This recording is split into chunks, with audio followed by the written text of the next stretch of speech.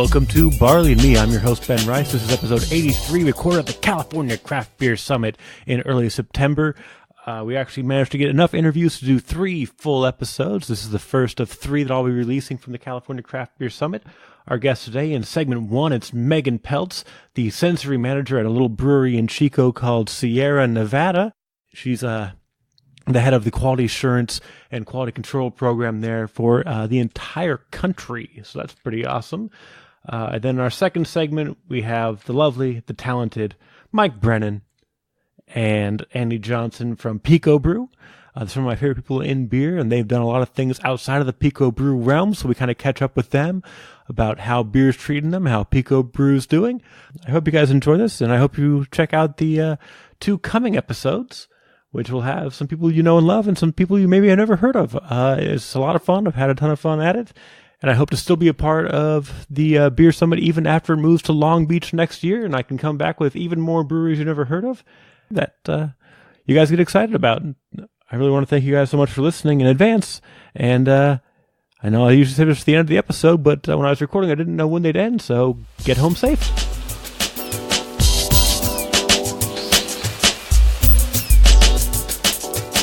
Welcome to Barley and Me. I'm your host, Ben Rice. We're here today at the California Craft Beer Summit talking to Meghan Peltz, the sensory manager at Sierra Nevada Brewing. If you haven't heard of them, I don't know why you're even listening to this podcast.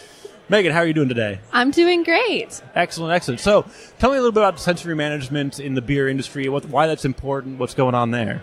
I had a talk this morning about growing your sensory program here at the Craft Brewing Summit. And sensory is so important. At the end of the day, we're tasting beer. We're enjoying beer. We're drinking beer. That's the whole purpose of all our businesses, to enjoy that. And it comes down to quality. It comes down to consistency.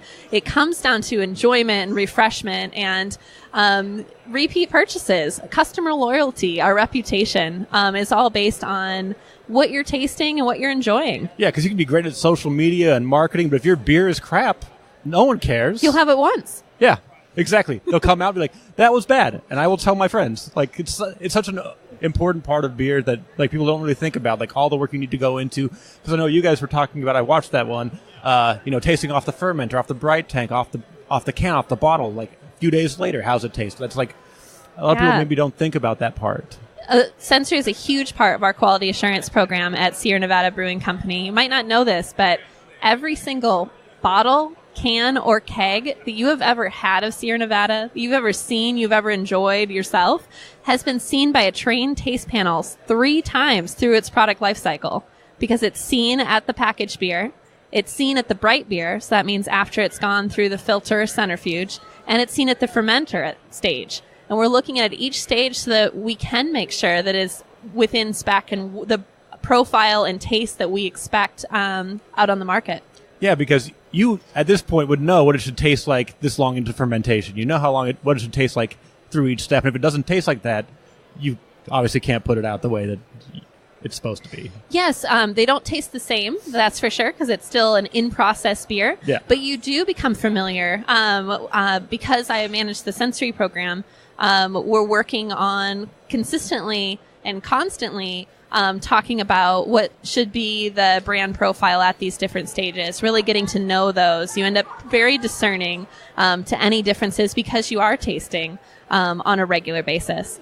And how long would you think it would take to get like that familiar with your product where you feel confident on a few sips that I know that this is going to be what I expected it to be in a finished end? Yeah, so as far as training goes, we do train and validate all of our panels, but it is an everyday thing and it's ongoing. So there's a familiarity just because of that consistent and constant exposure. So how did you even get into the quality assurance, quality tasting stuff? How did you even fall into that? Yeah, it's so interesting because sensory science is something that you have to kind of discover along the way. And it is a science. So there is a difference between tasting and analytically describing a beer and then just drinking a beer, which I recommend too. I do turn it off and just drink a beer. But the tasting is really picking out the different components, using that language and describing it. The science of sensory is how do you do that? How do you set up a panel to minimize biases. We all have our own backgrounds. We have our own abilities to taste. Physiologically, we're all different. Yeah. Psychology, we all have different things we've experienced. But it's channeling that and really using a group taste and feedback as an analytical measure. So you asked for my background. My background is food science. Okay. Actually going that makes a whole lot of sense then. Yeah. So I come from the technical background. I've been doing it a while, but know a lot of people come into sensory because they discovered it somewhere along the way. I discovered it early, and I'm so lucky. My parents worked for the food industry, not because they meant to go there, but they kept getting jobs in the food industry. My mom stayed at home, and then some of her first jobs going back after we had gotten a little bit older was a part-time job doing taste testing for Ocean Spray and then Kellogg. Oh, nice. So it actually was like a very big full circle because my mom started out working as a sensory panelist, and then later I discovered food science. I did some product development, and then I actually went into the science side of sensory and facilitate the panels like my mom had initially started when she went back into the workforce. Do you think, how did you think your mom got into that industry? Was it just having a really incredible sense of taste and knowing a connection point, or? Yeah, it was availability because it was part-time, but know that, because I get that. It's like, oh, is it because you are more acute than others? No, anybody can do sensory. It's a learned behavior. It's a practice. We all have the ability to smell and taste. Yes, it varies, but know that we're just naturally very visual and auditory learners. I mean, hey, that's why PowerPoint works so well. That's why a podcast you can hear. But it's cultivating your sense of smell, cultivating your sense of taste. You get so much more about the environment around you. So that anyone can do it. But it's mindful practice. And again, it's talking about it in a group, getting a group together and having some blind samples, grabbing some IPAs and kind of discerning and developing that language even among your friends. Taking spices out of your spice cabinet, and before you use them, try to smell and guess what it is. All of those things and that just training and practices help your sensory. And keeping it sharp. Yeah, keep it sharp, and it helps that rather than just drinking because it's the refreshment part. You can get so much more enjoyment if you are mindful. Yeah, and I like the part where you said, kind of keep it free of smells and don't talk to each other as you're tasting to avoid those other biases that come in. I really like that part of the talk as well. Yeah, so in the talk, it was really how can you lead a panel that's most effective? The leading a panel is giving your chance to be confident in your own ability. So that comes up a lot too. It's I'm ready to just get whatever someone else tells me. Try to make sure that your friend doesn't tell you what you should expect to get, but you have a chance to think about it on your own and then discuss it. Yeah. And then you're like, oh, I do get that. I didn't pick it up initially, but now that you've told me it's there, I'm going to look for it. Right. And so we'll identify different things, but it still gives you a moment to form what you have. And you can share something, and it can be an exchange rather than a dictation. Yeah, exactly. That's a lot of people talk about tasting beer, smelling beer, and things like that, but going so deep on it is something that a lot of people don't really do. Mm-hmm. And it's nice to know that you're willing to talk about that to people hey, this is an important part, even if you're not in the brewing industry, but even as a beer drinker, that people discern one thing from another is a super important part of enjoying it. I think that's huge, and something that we talk about with any of our trained panelists, any of our individuals that are taking part in sensory. It's actually just cultivating a habit. And I actually have multiple different habits how I want to evaluate a beer. And the primary one, because it's working with sensory, is a framework where I start by looking at it. It's a visual assessment, and then I smell it. I call it actually the natural sniff. I pull the glass to my nose and then move it away. You don't do the deep inhale. Yeah, don't start with that. That could be very fatiguing. So that's the first smell, and then I'll give it a gentle swirl, and I'll do a little sniff, multiple in a row. I'll call them the little bunny sniffs. And then swirl a little more, and then you can do that deep inhale if there's something you're digging for, but know that that's fatiguing. I call it the big doggy sniff, you get right in there, and then you taste. And I take multiple sips, and it's sips, taste, not just drinking, because the first one I kind of want to just wash the palate. Second is any flavor deviations. Is it different than what I smelled? And then I evaluate bitterness, and then I evaluate the bitterness quality. And so it's not finishing a glass, it's just a few sips from it because I'm really trying to describe what it is. I have a different assessment if I'm looking for like the drinkability of maybe a new beer, and it's trying that, and I'm still wanting to be discerning, but I want to take away some of those.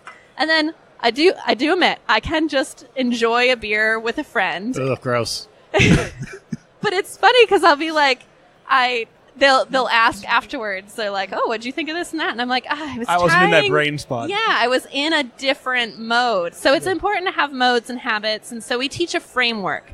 And there's some best tasting practices, but whatever you do, make it a habit. Do it in the same order, take the same amount of time, and just cultivate that. Yeah, so if you have like a flight or a pint, whatever it is, take a few sips, get your, bitterness levels, everything, all the flavors. Start with smelling it. So, yeah, right.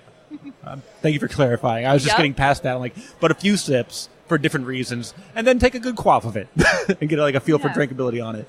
But know that aroma is so important. Coming back to that, because most of what you get as flavor is actually aroma. Yeah. Have you ever heard of the jelly bean exercise? I have not. Ooh. So something really fun to do, encourage your listeners, is you can take a jelly bean or a gumdrop or a mint and hold your nose and make sure you aren't breathing through your nose and put that in your mouth and think about what you are tasting, what flavors you're getting. If it's a jelly bean, it might just be sweet and maybe a little bit of sour because there's a little bit of citric acid in there. Kind of chew it up and then release your nose. You will notice a huge difference. Oh, yeah. Because the aroma is actually, the flavor is coming from your sense of smell. So your nose is connected to the back of your throat, and so you're smelling retronasally, even though it's in your mouth. Yeah. It's getting up at the front end. You're not noticing it until it's back in the back of your, Yep. And so that's why when you're sick, things don't taste good. You want a salty soup because you're getting the salt, but you're all stuffed up. And so it's making sure you give that moment to smell your beer before putting it in your mouth, because that's actually the biggest contributor of flavor. And I know one of the things you said when you were doing your tasting panels is that sometimes you'll give like a frosted type glass as opposed to a clear glass. What does that do as far as taste is concerned and how you evaluate your beers? Yeah, so some of the parts of my talk were more from the, again, the science of sensory. It's really important when we're doing tests to not be influenced by outside factors, because we are such visual learners, visual creatures. That it's like sometimes it's important to take away that because you're making too many assumptions before seeing it. Of course, when you're enjoying a beer, you want to be able to see it. That's part of the enjoyment of it. But if we want to test the difference between multiple beers, we don't want to give preconceived notions because one's lighter or one's darker, one's hazier or one's less hazy. So there's certain tests that we'll run in frosted glasses because we don't want it to be a visual assessment. We want it just to be taste and smell. Yeah. So I know a lot of people that are casual beer drinkers will give like a ice cold glass and like pour a beer into it. Now, when you're doing a tasting, does that affect the aroma? Does that affect the flavor? It has a huge impact. So comes back to physics. I won't nerd out completely. Nerd out. Do it. But I'm tired of getting these glasses from friends. Please nerd out. Tell them why. Oh my gosh. I do not want the ice cold glass. I don't want the ice on the outside of it. I want a beer clean glass, which means that if you were to pour it out, it's evenly distributed foam. There's not like water spots. There's nothing like that. And I want it at a temperature. Actually, for the sensory panels at Sierra Nevada, we're going to taste a little bit warmer than you would get in the pub, because the warmer something is, the more volatile it is. Coming back to the physics nerding out part, it has more energy. It's bouncing around. It's going to get up in your nose faster if it's warmer versus it's cold. Yeah, which is why I once had a beer bar. That's what they do. They're like, we're a beer bar. They served me a Belgian dark in a frozen glass. I'm like, what are you doing? I can't drink this for an hour. Do you know that? And it changes because of the time too. So no, I mean it's you want the refreshment of something cool, but you don't want ice cold. Ice cold, you're not going to get all the flavor potential that's there. Yeah, or the aroma potential, which is tied to flavor, like we talked about. That's awesome. Megan, I think that I've taken enough of your time. You're a very busy woman. Thanks so much for popping on to Barley Me real quick. All right, I truly this was appreciate fun. it. Thank you. Thank you so much. Have a good one. Hey, you. Do you love craft beer? Do you love craft beer brewed and bottled here in Northern California? Well, if you do, we got a magazine for you. ABV Magazine is the only local print publication covering Northern California's amazing craft beer and spirits community. Each issue features behind-the-bottle conversations, reviews, booze-based destinations, and a comprehensive guide to breweries, taprooms, bottle shops, and distilleries in Northern California. You can sign up for only $1 a month and have each issue delivered right to your front door. Check it out at abvmagazine.com. And from all of us here at ABV Magazine, cheers and thanks for supporting local craft beer. That's abvmagazine.com, alcohol by volume. Welcome to Barley and Me. I'm your host, Ben Rice. We're here today, still at the California Craft Brew Summit. We're here to talk to the PicoBrew crew. We got Mike Brennan on the line. Hey, Ben, how are you? Or on the mic, as I should say, because it's not a telephone interview. And also Annie Johnson. Hey there. Hello. Thank you guys so much for joining me. Full disclosure, you're some of my favorite people in beer. You guys have long histories. You're the best. So why should anybody else care besides myself? That's a really good question. You know what? I think I don't try to preach too much, but it's just what we do and give back to the homebrew and what we can to the professional brewers that'll listen to us. Just giving back. I think that's why people should care. And then just a great love for beer. For me personally, I just love beer. I got a big fat fucking beer gut too. Well, and that's why did we get into beer? Why are we in this industry? There's plenty of businesses to get into that make far more money than beer does. We're in this business because of passion. I mean, yes. You know, it's great to have a day job, and I have friends who envy me because I work in beer. They have no idea how hard we have to work when we're out in the field and we're traveling. It's long days. They're 18-hour days, almost back to back. Ugh. We do this because it's a passion for beer, it's a passion for craft, and it's a passion for the people we get to work with. Because most everybody that we meet in the brew industry, this is a really friendly industry, and nice. Everybody people are nice. Yeah, and everybody's in it because it's about passion. How many people go to work at a 9-to-5 because they're surrounded by passionate people? They're not. Yeah. So. This might be the one job that I've ever had where it doesn't matter if you're a Democrat or Republican. We have one thing in common. You can talk about that and not politics. I know I have so many friends in the beer industry that are probably don't think as I do, but we just stick to beer, and that's kind of cool. Yeah. And you have other things beyond beer that aren't politics. Exactly. Yeah. Fart jokes. Back when we were talking earlier about meeting over at Tim Clark's old Brew Ferment Distill regional brew shop, he would have ultra right-wing doomsday prepper guys that were in there buying stuff for the impending apocalypse. End of the world. And other guys in there who just drove their VW Vanagon in that are wearing sandals. They're on as far polar opposites of a political spectrum as you can get. And they're in these animated conversations over at the taps about how much they enjoy each other's company around beer. It completely transcends anything to do. It really does. Yeah. And in case you're wondering, I have a 87 Vanagon Westphalia. She's got a Westphalia. I've driven it. Yeah, and my Hirachi. So I think you know what camp I'm in. Your van is the bomb. Yeah.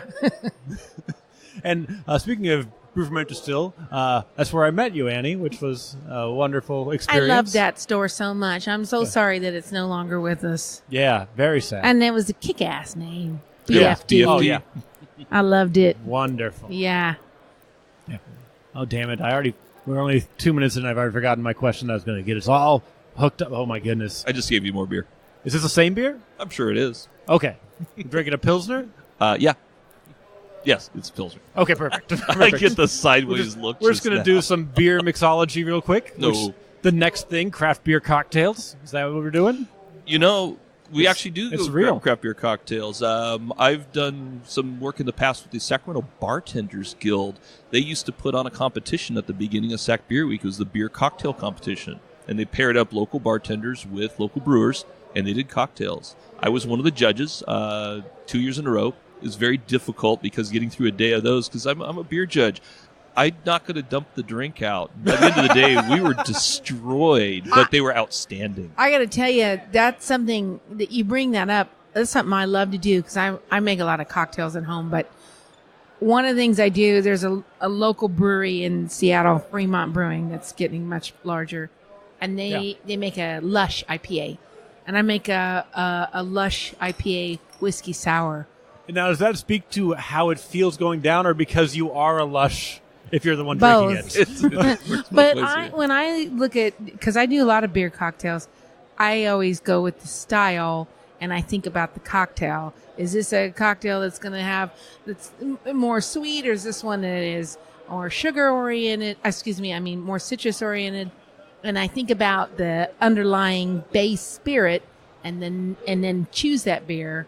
And then so far, I think I'm drunk and knocking it out of the park. Well, it's fun. How many of our beers that we have on the market right now are barrel aged from a liquor barrel? We're pulling those flavors already into a beer. Why not put that on your bar? I'm telling you though, if you like say an old fashioned, or you like something that has that little twist in it, try like substituting in, say, Lasco's Tangerine Wheat, or maybe 21st Amendment Blood Orange IPA, and instead of using that twist, or in addition to that twist, or in the place of a bitters, put that beer in there, and it's awesome. And then especially gin, a gin that you can use, you can mix it with any kind of beer that's got some type of a citrus in it, with the hop combo, or even if it's a real citrus addition. And don't forget, you can also do like a margarita goza. Hell like, yeah! It's just all right there, just hanging out. So good. Want to be collected, and and they're going for it now. It used to be you can't mix those things. You know what? And you can drink your mistake. If it doesn't taste that good, it's not going to taste that bad. That's right. So you should just you go for it. Yeah. The old phrase, let's eat our mistakes. You're like, no, we're going to drink these mistakes now. That's just fine. Liquidize them to go there. And I just wanted to go back. I thought of my question from before. That's what happened. You mentioned the 18-hour work days. And in beer, there's always a side hustle. You're not just with PicoBrew, Mike. You also do the Master Brewers Association as well. Yeah, I'm the District Northern California membership coordinator for the Master Brewers Association of America. And that's a association that focuses on education and sharing everybody's basically research in beer. So that's kind of one of my roles here. Annie and I are both BJCP National Ranked Beer Judges, although Annie's been involved in it far longer than I have. I run the National Homebrew Competition first round. Annie won that competition, of course, we all know, in 2013. Yeah. So, we all wear many hats. Oh, yeah, and I'm very active now that I'm in Washington, very active in the homebrew community and with my club. And this year at the National Homebrew Competition, my club won the Gambrinus Award, That's right. which makes us the most technically award-winning brewery, pretty much. In the competition, but one of the more recognized clubs in the country, because we get into it, we love it, and so when I'm not working beer at work, outside, I'm doing the same thing, growing on my hops and everything. Now, for the uninitiated me, what does the Gambrinus Award honor?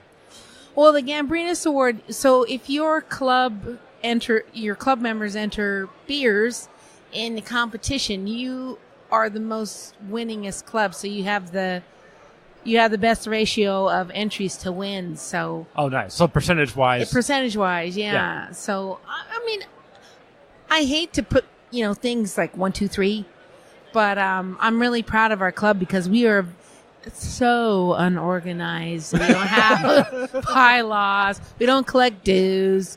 It's amazing. We meet. It's always somebody volunteering their house, or any of our former members that are professional breweries saying, "Yeah, you can meet here." But we come together every month, and we just got featured in Zymergy magazine, the AHA publication, and talking about that. But we're just people that have a passion, and we're very diverse, believe it or not, in the Seattle Pacific Northwest, like Sacramento, very diverse backgrounds of people, but our commonality is beer, and there's no beer shaming.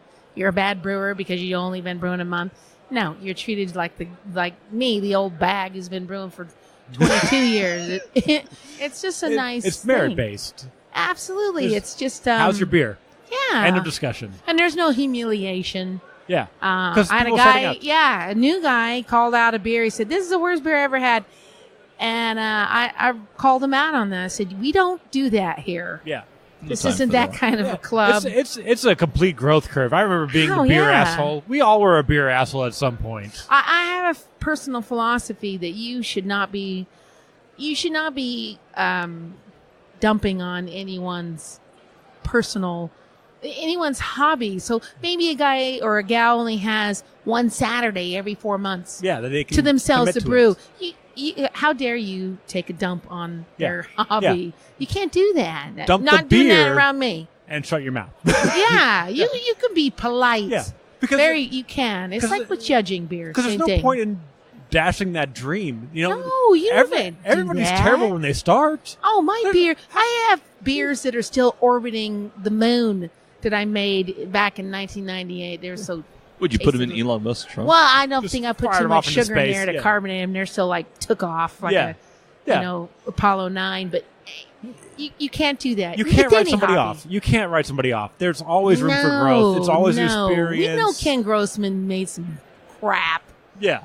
In the early Back in 1972? late 70s. Oh Yeah. God, it was Well, probably tasted like ditch water. And let's think about what's going on in what does it mean to be in the craft? I mean, even on the industry side, craft is not about how well did you clone a style.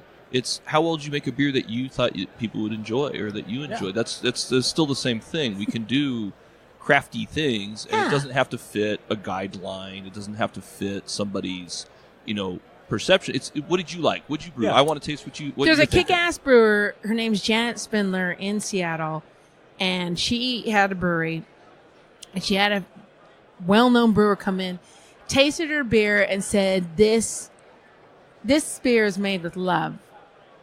Ours isn't anymore." Oh no. And he was at a mega brewery, Macro, but you can always taste the difference. Oh yeah. I mean, even with a really bad beer, you can taste The intent. their intent and love. And then when you talk to the brewer, and I love wine because I'm a wino too, but just when you talk to winemakers, it's the same thing. You just see that, and that passion for me, when they convey that, it goes a long way. I'm gonna give you, I'm gonna love it anyway because you love it. Yeah. And you're gonna get better because you love it so much.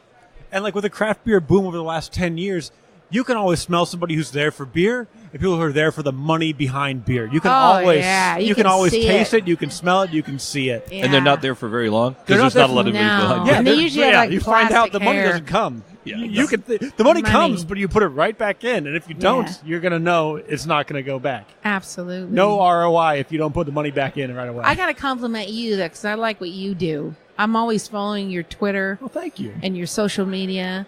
I think it's really cool. I don't know if anybody compliments you, but I think Nobody does.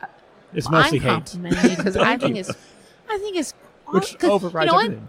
I feel your passion every time I read something that you do, and in the interviews that you do, and your comedy. It's coming from Yeah. the heart. Look at that! I got the Little tear coming up the right little now. the Indian in the commercials when I was a kid, Yeah. looking at the litter garbage. commercial. A tear is literally forming right here, right Okay, now. we Yeah. have now So, just but I- we have now just officially dated how old we are. Oh, I'm old. I'm not ashamed to say I'm 1997? 53. But I feel it. Yeah. I love it. That's what I really like. I like doing this podcast because I feel like there's enough people that talk about beer, but people who talk about the people behind the beer, I think is so important. Well, I dig it. I You love make me people. laugh, too. I fucking love people. Well, and you've been doing this for a while to learn this, that everybody in craft beer has a story. Yeah. Craft beer is stories. Yeah. You don't just get into it because, again, it's not a business venture you just do because you saw it in college. You do it because you have some kind of a story that led you into it. Yeah. Ken has a 100%. great, we talked about Ken Grossman at Sierra Nevada. This is a guy who was a homebrewer out of his garage for how long? And then decided Yeah. to do something nobody else was doing. He's like, I'm going to put a hoppy beer out. And it was like, ew, Why? what? What But are you doing? it's a knack. And you have it. Yep. There is a story there, and some people come across it, they're just blank paper, but ferreting out that story. And that's compelling. And that makes me interested. But if you're talking to a brewer, that really makes me want to go try that beer, because maybe in my mind I'll never get there, but I want to get there now. Yeah. So thank you. Well, thank you, Annie. That's the nicest thing. I'm just going to retire. I'm done now. There's no point in continuing. That's the highest I can ever get. I mean it. I thank you so much. That's amazing. So, guys, now that we've gotten all the sappy emotional stuff out, I know. so PicoBrew, what is that? Well, PicoBrew is a product manufacturing company. We're in Seattle. We were a startup. We kind of function still like a startup, but not anymore. We make small-scale brewing equipment and our new foray into small-scale home distilling. Oh, really? You've got the distilling and side. if TTB and everybody else is listening, you're distilling hop oils. Oh, it's extracting. We're just using water extraction. We're not doing booze. Right. What somebody else does with it later is not your concern. If you're a licensed distiller, you can do booze, but it's a lot of fun. And like PicoBrew, started by ex-Microsoft engineers and food scientists, we're lousy homebrewers. So, and an engineer thinks that way. Always. I can do something better. Always. And that's how PicoBrew was born. There's a maltster in the Pacific Northwest that's gaining popularity called Skagit Valley. Same thing. Engineers were never in the field. Decided, you know what? We can do this malting thing and think like engineers. So not being brewers, PicoBrew and Skagit. There's an open mind to it. Yes, they're thinking a new outside angle of the of approach. box. And, I had a guy last week in Yakima tell me, in not knowing who I was, that, my product, you don't want that because it's not designed by brewers. Well, guess what? Most brewers aren't engineers. Right. And in my personal philosophy, engineers make the world go around. Yeah. You got your roads, you got buildings, you got cars, you have agricultural scientists that are engineers, that, your food, everything it revolves around engineering. So PicoBrew, we do that. And then our newest product, the still, was, why can't we do that? So we looked at a shark pants steamer and we're like, you know what? We can use that to make booze. Well, and 3 weeks later, we were distilling on an open frame, cobbled together, borrowed the steampunk, the engine from the shark. And now yesterday, a guy on my team, he did my wash, my plum brandy, and I made gin the week before with hops, using cryo hops from Yakima Chief. A good plug there, because who we talked to earlier. Yakima Chief rules. Yeah. Circle it around. Love Yakima Chief. Those guys, same thing. Their science and their love of hops and dedication and is just, but with technology, as we know, because we're in microphones right now and we all have cell phones in our pockets. Yeah. It's here. It's awesome. And I love engineering because, some people make giant strides with engineering, and some are just little tiptoes that over time build to this great new thing. Yeah. Even when we talked 3 years ago, PicoBrew was more of a homebrew design. Yes. And now you're seeing it in breweries as their test pilot program. Yeah. And we really do listen to our customers, because they tell you when your stuff is a piece of shit. You got to fix that. But you know what? You respond to them. You don't ignore them, and they feel heard. And you never want, so you incorporate those. So in our new iteration of our flagship machine, we've taken those things and improved it. And I'm stoked, because I'm excited about it. When I first saw the brewing robot, and now I see the second coming, I'm like, wow, our engineers rule. Yeah. Yeah. Yeah, we did some nice stuff with we have the new PicoBrew Z that's coming out. That's replacing Zymatic eventually. Okay. And it's everything we learned over the last 5 years of having Zymatic. We've listened to our brewers, we've our own experiences, and went through and kind of did a ground-up redesign, and that's what's coming back out as that new Z system. It's also modular, so instead of having that one unit that we've always had, you can actually daisy chain them up, and actually it's stackable, and you end up with a larger brewing system. Yeah. You can brew all the same work batches on the same one and make a larger volume, or you can actually brew multiple beers. So four different at the same fun time. Fun for home brewers, but Yeah. also from a commercial brewer using this in a tap room, trying to deal with everybody needing to have a flavor of the day on tap or of the week. you can actually brew small batches and Right. focus them just on that, good release, prototype, whatever. So just taking what we've already learned and what we already thought we knew and said, okay, what else can we do? How can we make this more And how can you make it automated? automated? So you can repeat that process over and over and over. And how do you make it a time saver? And for so sure. you don't have to mind it, because everybody in this here at Craft Brewer Summit and all other brewing conferences and brewers know that your time is so valuable, and you don't want to babysit something. So here's something that you can use. So you got a flagship IPA, but there's a new hop on the market. Oh, yeah. Yakima How do Chief you- just sent you hops. What are you going to do? Maybe I'll try their 4 different hops he sent me and brew 4 different batches at And the see how same it comes out. time. Yes. See what it tastes like. Yeah. Get Yeah. exactly.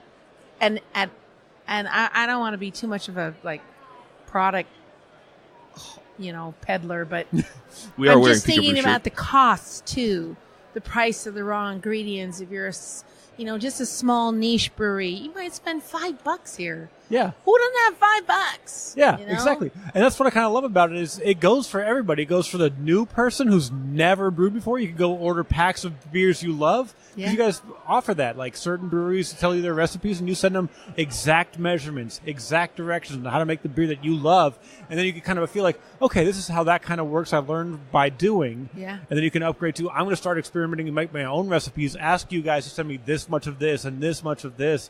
And you'll do it. Yeah. And And brew we it up do on all that at PicoBrew, and then the separate factory we built to produce all the Pico packs that we use in one of our other machines.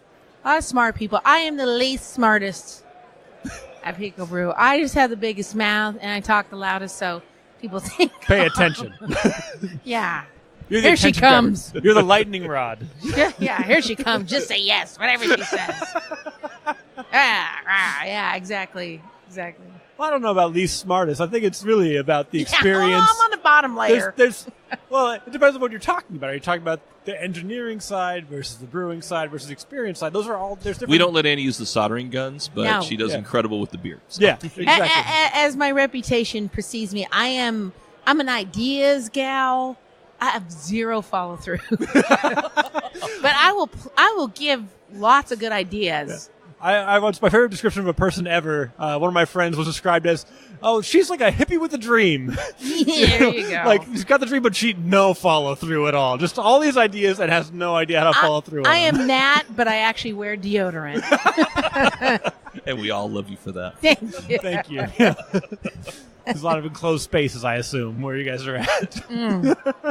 We've been growing steadily. We have how many? We have what? 2 buildings now. Two we buildings. have the factory in Renton. Renton is Oh, I know it. yeah, Renton's about 20 minutes from our main buildings. That's where our Pico Pack factory It's is. actually in Redmond. Oh, You got your Oh. R's mixed up. Oh, no. Renton. Redmond. I was gonna say- What are the other R towns? I just moved up there. Redmond is known for where the 737s of Boeing. Yes, Boeing, right. My Redmond, stepdad used to work yeah. there. Yeah, so I know. Yeah, so that's what the 737s pop out of Redmond. Yeah. So we've got the robot army over there. That's the automated line that puts all those Pico Packs together. Yeah. It lives Yeah. underneath. And It's pretty cool. And breweries we work with, and when they are gracious enough to give us a recipe, we stay true to that. I will give you this stat, which I got this morning, which is amazing. We are not a brewery, but our customers have produced over 15,000 barrels of beer between 1.25 gallon and 2.5 gallons at a time in the last 2.5 years. That's awesome. That's a lot of That's beer. an amazing amount of beer. Yeah, Yeah. it really is. Teeny.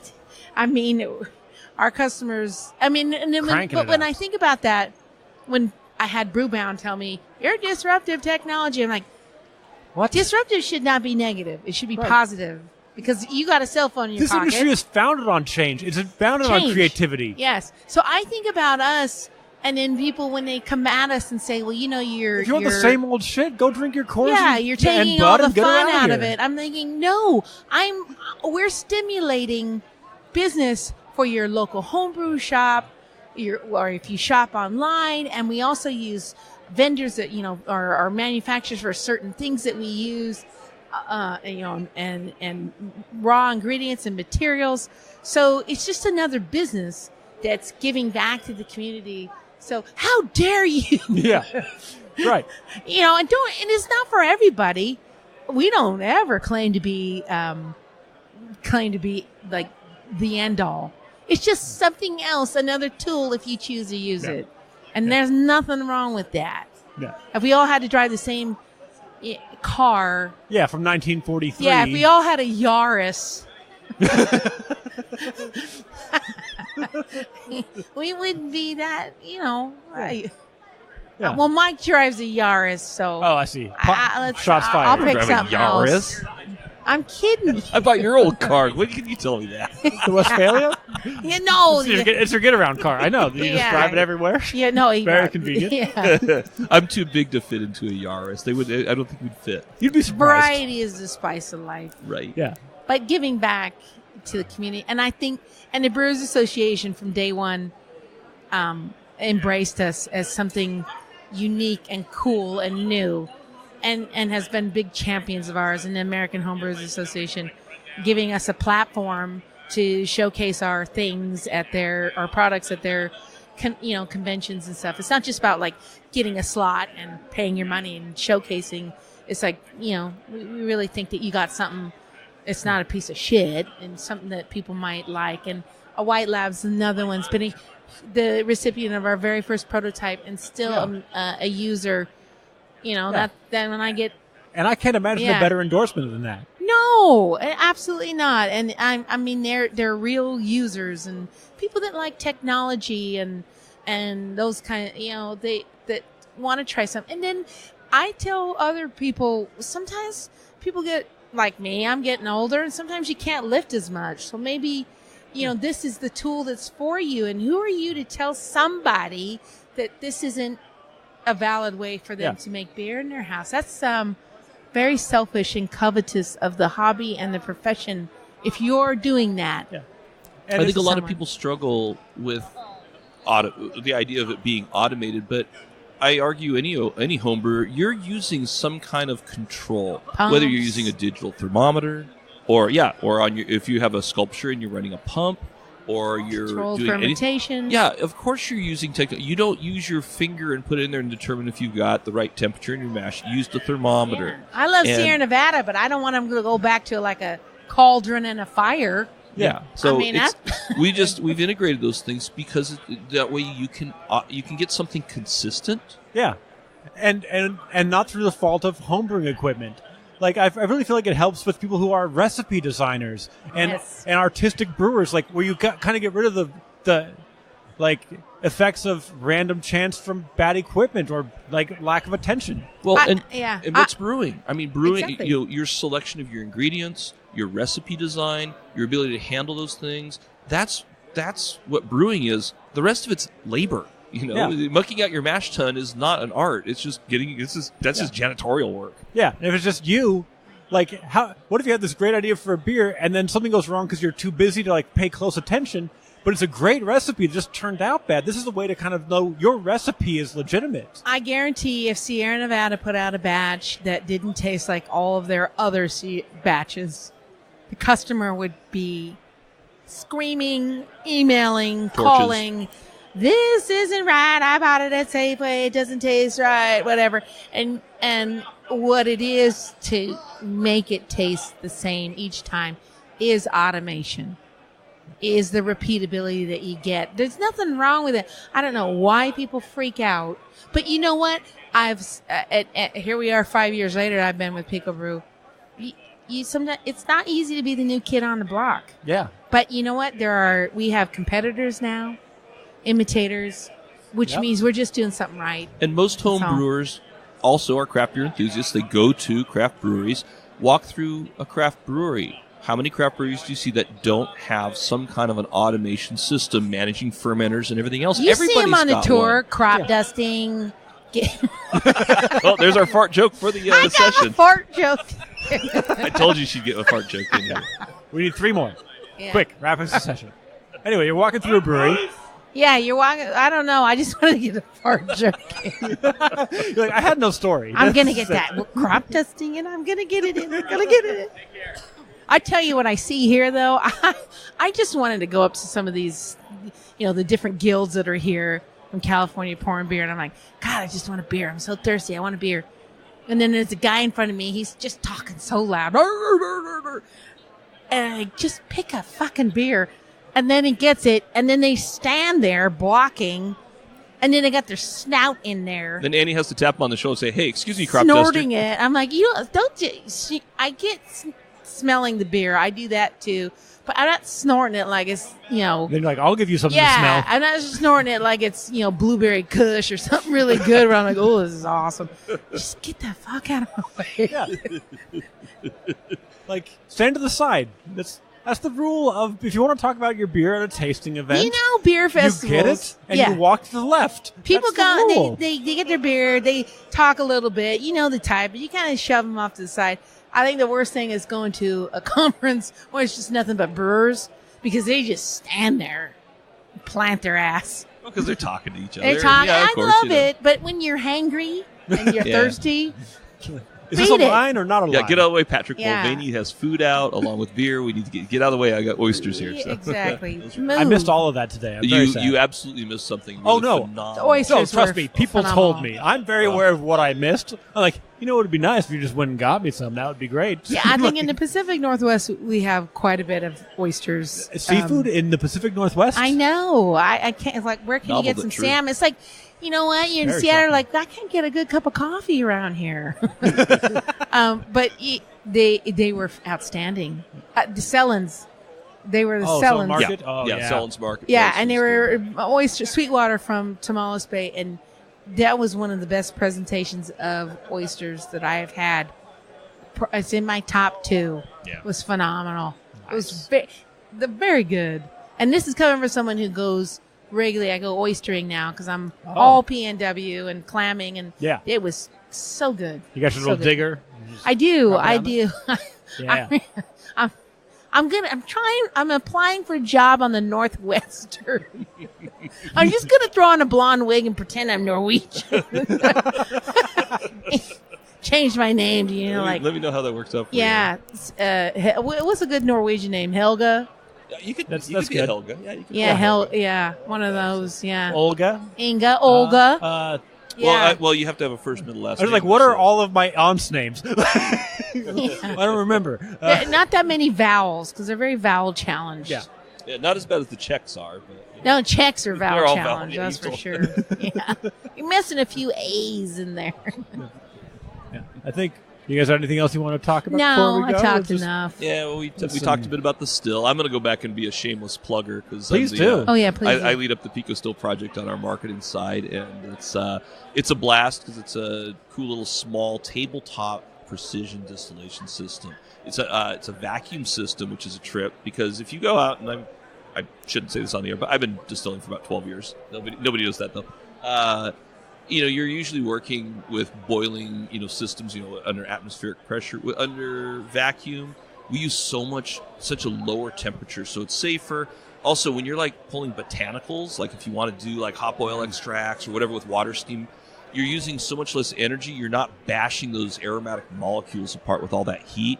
And so you get these astounding, beautiful flavors out of it. So Yeah, Annie's a gin person. I'm a gin person. He's been a real good distillation guru because we did a distillation a week and a half ago with juniper berry and just the What's the hop you chose? Galaxy hops. and yeah. it was surprisingly lemony, very different than when I just do a smash Galaxy beer. But just to pull out the essential oils, and then when I was at Yakima Chief last week at Hop School, and I talked to a distiller from Calgary who makes gin, and I gave him some, and he says it's awesome. But he was just telling me to try the cryo hops. Oh, the yeah. Yakima Chief. I'm like, God, that's so smart. I'm so new to it, but we're gonna do that when I get back, because we're like gin. Yeah. We're gin. I'm gin maniac. I meant to talk about cryo hops with that exact person, and I forgot to. I'm an idiot. they Need to do another episode. I I think I did before, but a plug for Yakima Chief. Those guys are and gals are, they're top notch. They are so smart, and those hop farmers are so cool and passionate in the history of Yakima. You're in Seattle. Sometimes you ignore the east side. Man, Yakima is that can bring another tear to your eye. Those hops are the heart of brewing. You got your malt, which is your blood. The hops are the heart. And I can't believe the things that have come out of Yakima, especially with the Peralt farms. I mean, the development of Mosaic, Citra. Yeah. Those are unique that they develop. It's a beautiful thing they do over there. Over a decade. Well, and Yeah.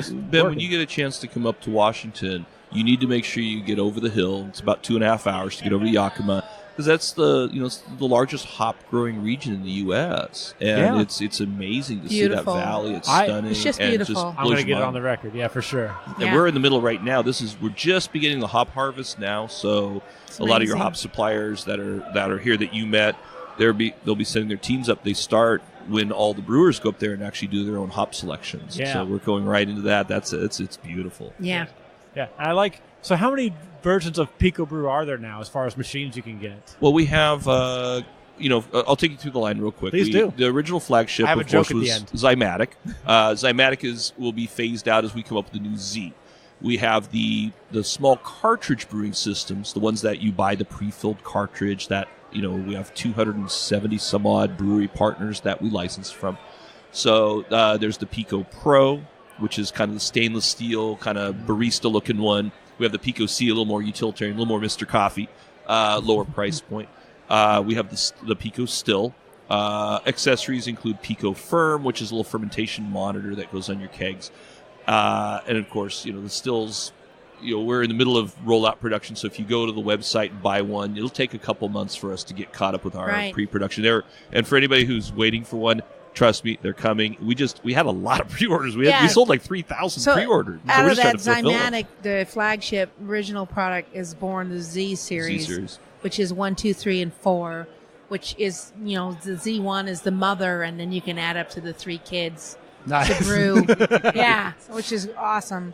And brew all the different beers. But I'm really proud. And then, we are in development. We debuted our Pico U, which I call half foot. It's half the size of our